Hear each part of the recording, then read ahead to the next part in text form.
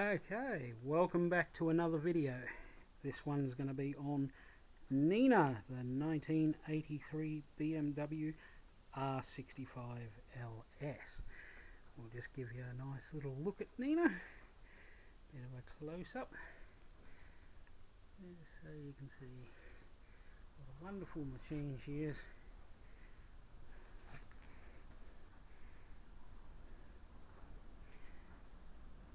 Now, the thing about Nina is you'll probably notice that she's got some modifications done to her. I do quite a bit of dirt riding around here up in the country Midlands of Tasmania and around the state, and eventually I'll be going on a trip on this old girl to the mainland out in the deserty regions. So I needed to change her from her old road going self. Okay, this is a poster that shows what they look like when they were new. They came in two colours, the R65 LS. They come in Hanarit Red and Polaris Silver. Now you'll notice with mine, it's white. It's neither of those two colours. That was a previous owner had changed the colour to white for whatever the reason, and I decided to go with it because it looks pretty cool. So she stayed white, and she's a bit of a snow bunny with the thing. Okay. What have I done to Nina? That's the next question. Dwayne, what have you done, and why? More to the point. Okay, there's a couple of mods to this bike. One, you'll notice it has the Haidenu K60 fairly chunky tyres on it, front and rear. There to give me better traction in the sand, in the mud, and on the dirt roads. And they work very well. There's no real problem with traction with this bike now. It's all good on the road tyres that she used to have, those ones, and you can see them there in my little recreation of that poster to the left. On the road going tyres, it was hopeless in the dirt. It just kept coming off on corners. Well, I didn't come off, but you know, no sliding on corners and stuff. Don't have any of that anymore. Okay, on to the exhaust system. These are a set of Hooligans that I put a lollipop baffle in the back of. Bit of old school there, and they sound nice and chunky and meaty. Check out the videos on my main video thing and you'll hear her in action. Kickstand. Now, I had problems with if I stopped on the soft stuff, the stand would just sink into this dirt or the mud or whatever else have you. So I made this extension and it works brilliant. It keeps her up in pretty much anything, so I'm very happy with that modification.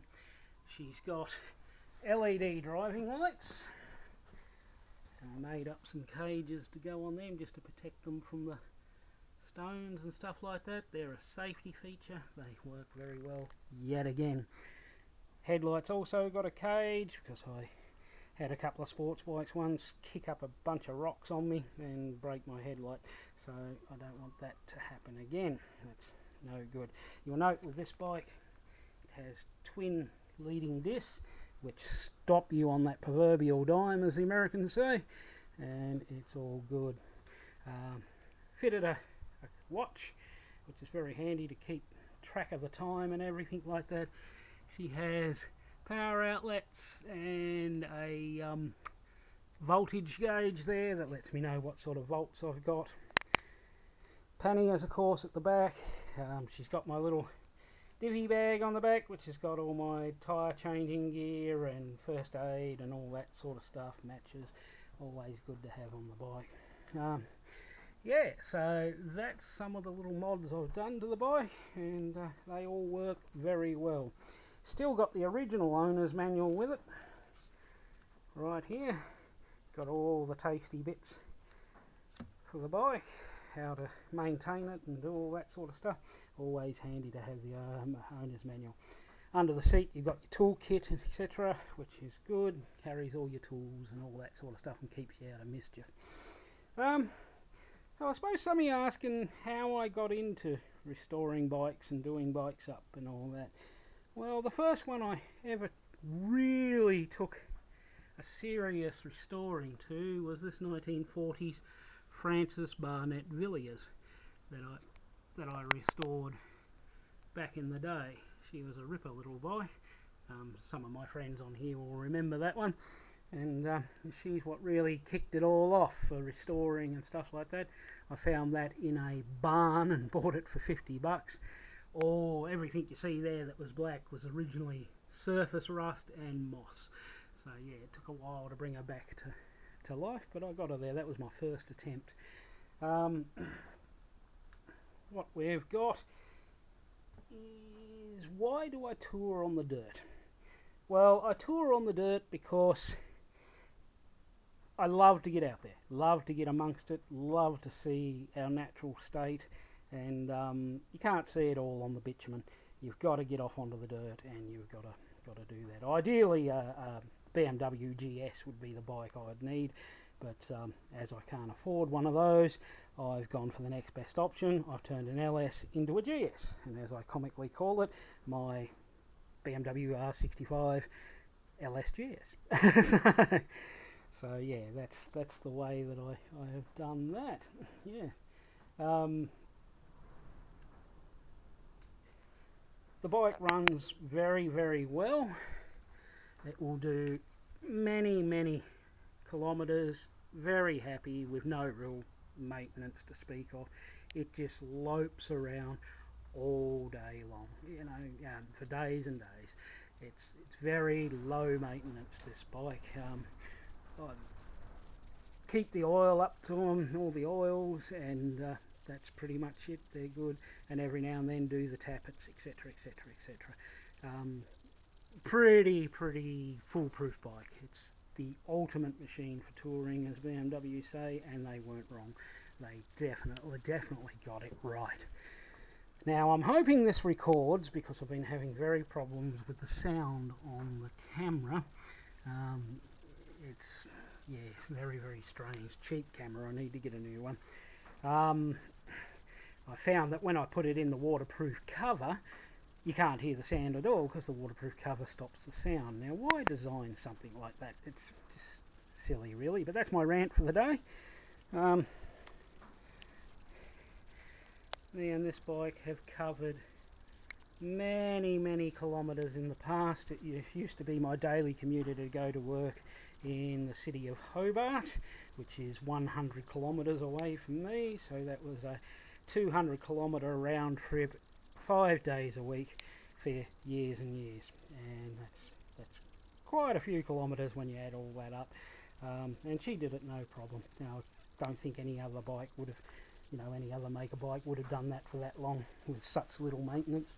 So yeah, if you want longevity, want a very comfortable ride, no matter what distance you go, if you want to go down to the shops or to Ulaanbaatar or something like that, this is the bike to do it on. You know, any of the BMW range like this, they are absolutely brilliant. Yeah. The tyres, for those who want to know, are tubed, and the only problem with doing a little bit of off-roady stuff with tube tyres is there's no tyre grippers inside there that hold the tyre from spinning if you get low air pressure, so they can rip the valves if you're not careful. You've got to I keep around about 35 to 36 psi in the tyres just to keep those sidewalls gripping the edge of the rims. And I haven't had a problem with those pressures, but lowering the pressures, as I see some YouTubers doing on their adventures and everything like that, and then inevitably they've got a valve that's ripped out of the tube. That's why, folks, is because the tyre actually moves on the rim, or rather the rim moves on the tyre with too low an air pressure, and it will actually move around the rim, and that rips the valve here clean out of the tyre, which is no good. So yeah, that's why enduro bikes have those special tyre grippers inside that press out on the wall of the tyre and hold it in place. But as this is not an enduro bike, it hasn't got those. It's actually got the original cast alloy rims, which are unique in their own right because they're actually two castings. This is a different casting to the rim itself. So this casting gives it the elasticity of spokes, and the outer casting gives it the rigidness it needs to be a rim. So very clever on the Germans' part, but they always have been very clever. Hence why I've gravitated towards their bikes. Yeah, so that's about a wrap on the BMW R65 LS. So I hope you've enjoyed this. If you have, give us a like, that would be bonza, and subscribe down below if you want to get notified of videos when they come in, and that will be you beaut. So thank you very much guys, enjoy and get out there and ride it.